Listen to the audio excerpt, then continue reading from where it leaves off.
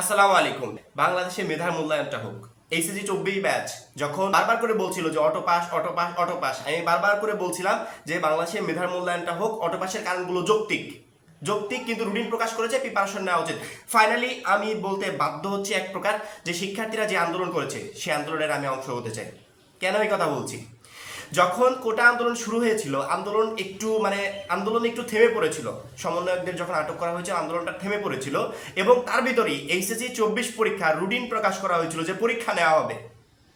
শিক্ষার্থীদের ব্যস্ত রাখার একটা প্ল্যানিং চলছিল অন্য সাইডে। এই এইচএসসি 24 ব্যাচ কঠোরভাবে তারা কর্মসূচি ঘোষণা করে, কঠোরভাবে আন্দোলনে যোগ দেয়, কঠোরভাবে তারা বিভিন্ন প্রোগ্রামে অংশগ্রহণ করে এবং তারা জানিয়ে দেয় এইচএসসি 24 পরীক্ষা আমরা টোটালি বয়কট করছি, কোনো ধরনের পরীক্ষা আমরা অংশগ্রহণ করতে চাই না।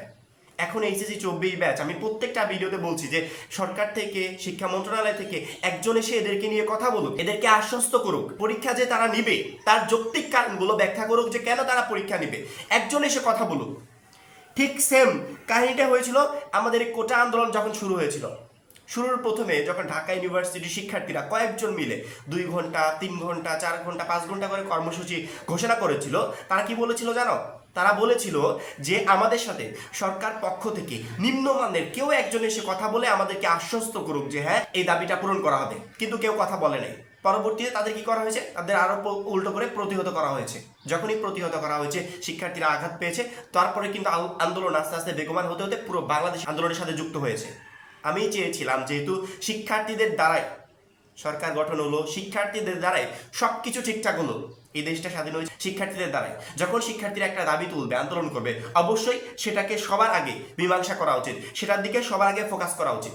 ঠিক সেম ভাবে এইচএসসি 24 ব্যাচ এখন চাচ্ছে সরকার পক্ষ থেকে কেউ একজন এসে আমাদের সাথে কথা বলুক, আমাদেরকে যৌক্তিক কারণগুলো তুলে ধরুক যে তারা কেন পরীক্ষা নিবে।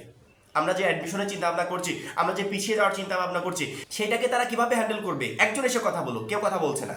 আন্দোলন আস্তে আস্তে বেগবান হতে হতে প্রথম দিনে কয়েকজন মিলে আন্দোলন করছিল, পরবর্তীতে একটা বিভাগের শিক্ষার্থীরা আন্দোলন করছিল, পরবর্তীতে কয়েকটা জেলা ইনক্লুড হলো। এখন বাংলাদেশের টোটাল সকল বোর্ডের শিক্ষার্থীরা, সকল বোর্ডে, এই মুহূর্তে একটা ব্যানার দিতে পাচ্ছ, এটা হচ্ছে সিলেট বোর্ডের, এরকম ব্যানার সকল বোর্ডের শিক্ষার্থীরা নিয়ে মাঠে নামছে। কয়েকদিন পর কি হবে? টোটাল বাংলাদেশি শিক্ষার্থীরা মাঠে নেমে যাবে এবং অলরেডি আন্দোলনের ডাক হয়ে গেছে যে দেশের সব জায়গা থেকে শিক্ষার্থীরা যেন মাঠে নেমে পড়ে। এবং যারা মেধাবী স্টুডেন্ট, যারা পরীক্ষার প্রিপারেশন নিবে বা যারা বলছে যে পরীক্ষা নেওয়া উচিত, তারা নিজেরাও বুঝতে পারছে না যে এই পরীক্ষাটা আদৌ হবে কিনা, নাকি আমরা নতুনভাবে নিজেদের মন মাইন্ড ঠিক করে আবারও প্রিপারেশন নিয়ে ভুল করছি।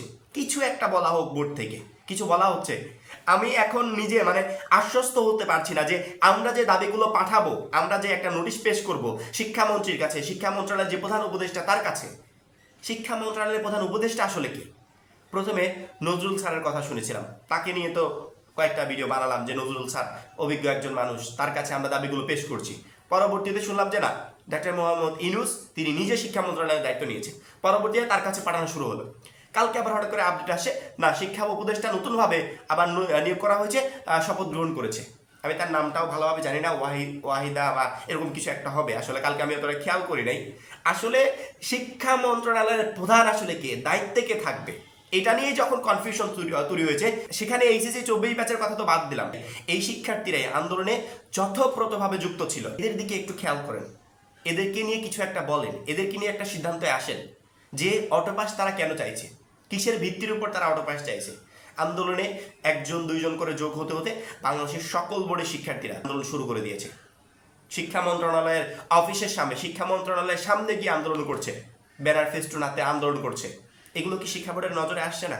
মাসপি নজরে আসছে, কিন্তু কথা বলছে না। কেন কথা বলছে না? পরিস্থিতিটা তারা আরো ঘোলাটে করছে। আমি কিছুক্ষণ আগে দেখলাম কয়েকজন সমন্বয়ক এই বিষয়ে কথা বলছে, শিক্ষার্থীরা দাবিগুলো তুলছে, নিজেদের মতো করে কথা বলছে। কেউ একজন এসে শিক্ষার্থীদের এই দাবিগুলো শুনেছে? কেউ একজন এসে বলেছে যে তোমরা যে এই পয়েন্টগুলো উল্লেখ করছো, এটার সমাধান এইভাবে হবে, এটার সমাধান এইভাবে হবে? কোনোভাবে বলা হয়েছে? কোনোভাবে বলা হয় না। তার পরিপ্রেক্ষিতে কালকে সারা বাংলাদেশ জুড়ে আন্দোলনের ডাক চলে আসছে। স্বাধীন বাংলাদেশের পর আমরা যখন স্বাধীনতা অর্জন করেছি, তারপরে কি কোনো বিষয়ে আর আন্দোলন হওয়া উচিত? সব কিছু তো অটোমেটিক্যালি এমনিতে ঠিক হয়ে যাবে। শিক্ষার্থীদের নির্বাচনের মাধ্যমে, শিক্ষার্থীদের পছন্দের মাধ্যমে যখন সরকার গঠন হয়, তাহলে শিক্ষার্থীদের মতামতকে সবার আগে প্রাধান্য দেওয়া উচিত। যে এই যে শিক্ষার্থীরা আন্দোলন করছে, আন্দোলন আস্তে আস্তে বেগবান হতে হতে এমন পরিস্থিতি যাবে যখন আপনাদের নিয়ন্ত্রণের বাইরে থাকবে। এই আন্দোলনকে আপনারা নিয়ন্ত্রণ করতে পারবেন না। শিক্ষা মন্ত্রণালয় থেকে একজনকেও এসে কথা বলুক, শিক্ষামন্ত্রী বলুক শিক্ষার্থীদেরকে নিয়ে, শিক্ষা উপদেষ্টা বলুক শিক্ষার্থীদেরকে নিয়ে, যে হ্যাঁ তোমরা যে আন্দোলনটা করছো, তোমরা যে দাবিগুলো পেশ করছো সবকিছুই যৌক্তিক, আমরা এইটাকে এইভাবে সমাধান করব, কিছু একটা বলুক।